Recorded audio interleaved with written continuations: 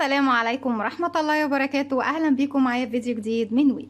فيديو النهاردة إن شاء الله هشغل فيه معاكم أو هشرح فيه معاكم طريقة عمل شنطة صغيرة توزيعات أو ميدالية، يعني ممكن نستخدمها أكتر من استخدام. شكلها حلو جدا وجميل وبسيطة وسهلة في نفس الوقت، وأتمنى يا رب إن هي تنول إعجابكم. ما تنسوش إذا عجبكم الفيديو تدعموني بلايك وشير وسبسكرايب. شنطتنا النهاردة ممكن تكوني بنفس فكرتها شنطة كبيرة تروحي بيها البحر أو تخرجي بيها، بنفس الفكرة اللي هنعملها مع بعض النهاردة، بس طبعا انتي هتكبري الحجم. الشنطة بتعتمد على الدائرة السحرية، وبعد كده تكوين الدائرة وطريقة التزايد في الدائرة شرحناهم مع بعض قبل كده، لكن هنشرحهم مع بعض النهاردة في شنطتنا. وبنفس الطريقة تقدري تكوني شنطة أكبر منها باستخدام خيوط الكليم أو خيوط المكرمية أو أي طبعا نوع خيط انتي حابة. على 2 من الأصابع ببتدي أكون دائرة سحرية، بسيب مسافة من الخيط، بلف الخيط حلقة بالشكل ده على إيدي، واجي تاني للأمام بجيب الخيط عكس بعضه بشكل حرف الإكس، وارجع تاني للخلف وادور إيدي الناحية التانية. هشتغل معاكم بخيط صوف متوسط سمك مع إبرة رقم 3 ملم. هنزل كده تكون عندي حلقتين، وطبعا تقدري تشتغلي بأي نوع خيط متوفر عندك، ممكن القطن الصوف، هي بتستخدمي فيها بقايا الخيوط، مش محتاجة منك حاجات كتير. هدخل تحت الحلقة الأولى وأسحب من تحتها الحلقة التانية والف إيدي الناحية التانية وخرج الخيط من على إيديا واحدة واحدة، وبتأكد ان طرفين الخيط داخلين داخل الدائرة السحرية، طرف الخيط الغير متصل بالشلة وطرف الخيط المتصل بالشلة. هبتدي ارفع على ايدي طرف الخيط المتصل بالبقرة، وكده عندي على الابرة حلقة، بلف الخيط وبخرج منها بالشكل ده، بكون عملت سلسلة. السلسلة دي هتقوم معايا بدورين. الدور الاول خلاص هي عملته، قفلت لي الدائرة السحرية، لاني ما ينفعش اشتغل داخل الدائرة بدون ما نقفلها. تاني حاجة هي بتكون ارتفاعي للغرزة الاولى لو بشتغل غرزة حشو. لو بشتغل غرزة اكبر من الارتفاع اللي هي سلسلة، يعني مثلا زي نصف عمود بتكون ارتفاعها سلسلتين، بزود على السلسلة دي سلسلة. لو هشتغل غرزة عمود بلفة ارتفاعه 3 سلاسل، بزود سلسلتين على سلسلة اللي احنا بنقفل بيها الدائرة السحرية. داخل الدائرة السحرية ابتدي اشغل 6 غرز حشو. طيب بنشغل الحشو ازاي؟ بيكون عندي على الابرة حلقة، بدخل داخل الدائرة اسحب الخيط واخرج، معايا على الابرة حلقتين، بلف خيط وبخرج منه، 1 2 كده. دي اول واحدة، 2 3. طيب الدائرة واسعة معايا وعايزة اضيقها شوية، طرف خيط البداية بشده وبضيق مركز الدائرة، 4 5 6. بعد ما خلصت 6 غرز بشد بقى خيط البداية خالص كده بالشكل دوت، بقفل منتصف الدائرة. اول غرزة اشتغلتها السطر اللي جاي، طبعا كتدريج التزايد في الدائرة بنشتغل على كل غرزة مرتين، يعني السطر اللي جاي كله فيه تزايد. بخلي معايا كمان خيط البداية، ابتدي اخفيه معايا، اسحب الخيط واخرج بقى من هنا اهو بالشكل دوت.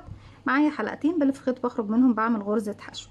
بنشتغل بشكل حلزوني، يعني ما بقفلش بغرزة منزلقة. اول غرزة بحط فيها الماركر عشان ابتدي طبعا اعرف الاماكن بتاعتي فين. في نفس الفراغ تاني هو هدخل وهشغل كمان غرزة حشو. انا كده اشتغلت فوق الاولى مرتين، وفي كل غرزة هتقابلني بشتغل مرتين. هدخل فوق الغرزة التانية كمان، 1 مرة كمان، 2، واللي بعدها رقم 3، 1 2، ورقم 4، 1 2، رقم 5، 1 2، رقم 6 والأخيرة، 1 2. طيب السطر التاني بقى كله معايا كام غرزة؟ بقى معايا 12 غرزة. السطر اللي جاي لسه مستمرين بنعمل تزايد، بشتغل غرزة بدون تزايد، والغرزة رقم 2 هي اللي فيها انكريز، فيها تزايد، يعني بشتغل فوقيها مرتين. اول غرزة ما فيهاش تزايد يعني اشتغل مرة واحدة، هي غرزة حشو واحدة، وهرجع الماركر. والغرزة رقم 2 هشتغل مرتين، 1 كمان مرة في نفس الفراغ، 2. خيط البداية بيفضل معايا لغاية ما اخفيه خالص معايا. الغرزة الاولى مرة واحدة، يعني غرزة واحدة. التانية مرتين، يعني بشغل فيها تزايد، 1 كمان مرة في نفس الفراغ، 2. وبكرر دوت لغاية ما بوصل لنهاية السطر، غرزة غرزتين غرزة غرزتين وهكذا. رجعت لكم تاني، وكده في نهاية السطر بقى معايا 18 غرزة حشو. لسه في السطر رقم 4 هنعمل تزايد. التزايد هيكون في الغرزة رقم 3، يعني بشتغل حشو حشو تزايد. اول واحدة حشو، وبحط الماركر تاني، وتاني واحدة كمان حشو، تالت واحدة هشغل فيها مرتين، انكريز يعني بشغل فوق كل واحدة من رقم 3 مرتين، 1 وكمان مرة في نفس الفراغ 2. في نهاية السطر بيكون معايا 24 غرزة حشو. تاني برجع اكرر حشو، واللي بعدها حشو، واللي بعدها تزايد يعني انكريز غرزتين فوق الغرزة رقم 3، 1 وفي نفس الفراغ تاني 2، وبكرر دوت لغاية نهاية السطر. لسه مستمرين في التزايد. السطر رقم 5 بيكون التزايد عندي في الغرزة رقم 4، يعني بشغل حشو حشو حشو تزايد. أول واحدة حشو ونرجع الماركر،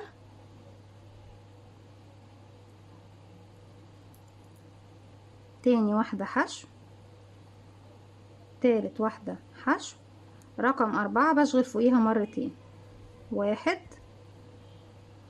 2.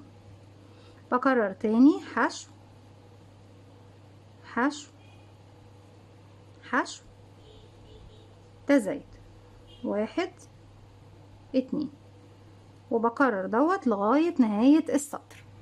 رجعت لكم تاني والسطر ده بقى معانا 30 غرزة حشو. لسه بنعمل تزايد. السطر اللي جاي هيكون اخر سطر فيه تزايد. هعمل حشو حشو حشو حشو، يعني 4 حشو، بعد كده رقم 5 هيكون فيها تزايد. يبقى كده حشو رقم 1، رقم 2 بردك حشو، 3 رقم حشو، رقم 4 حشو، 5 هنشتغل فيها مرتين انكريز، يعني بشغل فوق الغرزة رقم 5 مرتين، 1 2، وبكرر ده لغاية نهاية السطر. 1 حشو 1 حشو 1 حشو 1 حشو، يعني 4 غرز بعمل 1 حشو، وفي رقم 5 2 حشو، 1 2، لغاية ما بوصل لنهاية السطر. في نهاية السطر بيكون معايا 36 غرزة حشو. هكمل وارجع. رجعت لكم تاني كده بقى معانا سادس سطر دوت، 1 2 3 4 5 6، ومعايا 36 غرزة حشو. السطر اللي جاي والثلاث سطور كمان اللي بعد منه لغاية ما اوصل للسطر رقم 4 بيكون غرزة فوق كل غرزة، وبردك رقم 5 هو بس في رقم 5 هيكون فيه اختلاف بسيط، بس ان احنا هنحدد مكان الايدي بتاعة الشنطة. هشتغل غرزة فوق كل غرزة لغاية ما اوصل 4 سطور. السطر اللي هشتغله معاكم دلوقتي والثلاث سطور اللي بعده، وهرجع لكم تاني في السطر رقم 5 نبتدي مع بعض. يعني غرزة فوق كل غرزة بتقابلني وخلاص، مفيش تزايد، ثبات خلاص لمسافة 4 سطور. اكمل بقى غرزة فوق كل غرزة تقابلني على السطر لغاية ما بوصل لنهاية السطر، غرزة واحدة بس. هكمل وارجع لكم السطر دوت وكمان 3 سطور بعد منه. رجعت لكم تاني كده خلاص بعد ما خلصت السطر رقم 4. هنبتدي مع بعض السطر رقم 5. بسم الله كده. 1 بردك غرزة فوق كل غرزة، 2 3 4 5 6 7 8 9 10 11 12. بعد كده هشتغل 1 2 3 4 5 6 7 8. هسيب من تحت 1 2 3 4 5 6، وهروح بقى اكمل 12 غرزة كمان كده بالشكل ده. بقى احنا كده عملنا مكان الايد الاولى. 1 2 3 4 5 6 7 8 9 10 11 12. من فوق هاخد 8 سلسلة، 1 2 3 4 5 6 7 8. من تحت اعد 1 2 3 4 5 6، وهروح اشتغل في الفراغ اللي بعده. وده هيبقى بداية السطر عندي يا بنات.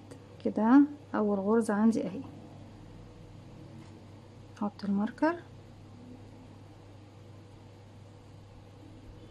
هبتدي اشتغل على كل غرزة من الغرز اللي تقابلني حشو كده. 1 2 3 4 5 6 7 8 9 10 11 12. هيقابلني السلاسل بشتغل عليها عدد مش محدد، يعني بشتغل لغاية ما املى مكان السلاسل دوت اهو بالشكل ده. هعد معاكم، لكن هي طبعا مش بعدد محدد، 1 2 3 4 5 6 7 8 9 10. وانا كل اللي محتاجاه ان انا املى ايه مكان الايدين هنا يا بنات بشكل ايه كثيف. ارجع بعد كده اشتغل بقى ال 12 غرزة. 1 2 3 4 5 6 7 8 9 10 11 12. هيقابلني تاني بردك المكان الايدين زي ما احنا شايفينه اهو، بصوا بالشكل ده. اشتغل عليه بردك 1 2 3 4 5 6 7. انا ممكن اشيل الماركر. 8 9 10 زي ما احنا شايفين بالشكل ده. وفي الغرزة الاولى هنا هدخل وهعمل غرزة منزلقة، وكده ببقى خلاص خلصت الشنطة بتاعتي. همشي بمنزلقة كمان لغاية الغرزة اللي جاية، وببتدي اسحب بقى الخيط من على الحلقة اللي عندي على الابرة، وببتدي اقص الخيط.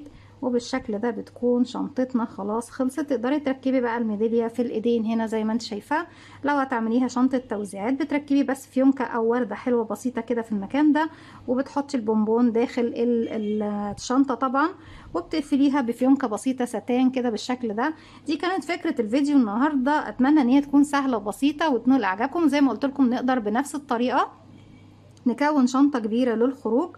دي كانت الفكرة النهاردة، اتمنى تكون سهلة وبسيطة عليكم وان هي تنول اعجابكم. ما تنسوش اذا عجبكم الفيديو تدعموني بلايك وشير وسبسكرايب، واستنوني في فيديو جديد من وي. وما تنسوش كمان تفعلوا زرار الجرس عشان يوصلكم مني كل جديد. السلام عليكم ورحمة الله وبركاته.